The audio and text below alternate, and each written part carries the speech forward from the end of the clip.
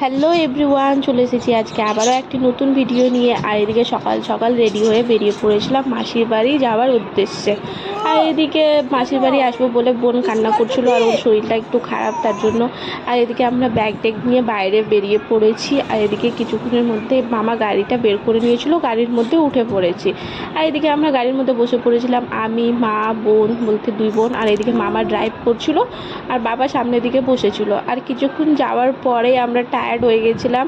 আর এদিকে আমাদের অবস্থা দেখো কেমনটা হয়ে গেছিলো। তারপরে নেমে গেছিলাম, আর নেমে মিষ্টির দোকানে চলে গেছিলাম। কোন মিষ্টি নিব ডিসাইড করতে পারছিলাম না। তারপরে এখানে আরেকটা দোকানে চলে গেছিলাম। আর কিছুক্ষণের মধ্যে মাসির বাড়িতে এসে পৌঁছে পড়েছি। আর আগে মাসির বাড়িতে এসে আমি দিদিকে খুঁজে নিচ্ছিলাম যে দিদি কোথায় আছে। আর এদিকে এসে দিদির সাথে, দিদি শুয়ে ছিল তো ওর সাথে একটু হাগ করে নিলাম। তারপরে এসে মাসিকে দেখলাম তো মাসি রান্না করছিল। আর তারপরে খিদে পেয়ে গেছিলো অনেক, তো খাবার খেতে বসে গেছিলাম। খাবার খেয়ে এদিকে একটু বাইরে চলে গেছিলাম।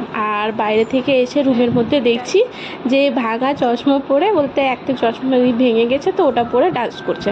তারপরে দিদি আসলো, দিদি টিকা লাগিয়ে দিল, মানে দিদিদের বাড়িতে লবান্ন ছিল তার জন্য এসেছিলাম। তারপরে এদিকে বাবা আর মায়ের দুজনের ঝগড়া হচ্ছিলো একটু, তো সেটাই দেখে নিচ্ছিলাম আমরা। আর তারপরে কিছুক্ষণ হয়ে গেছিলো, বলতে দুপুরের দিকে, তো সবাই বললো চা খাবে, তো আমি সবার জন্যই চা বানিয়ে নিচ্ছিলাম এদিকে।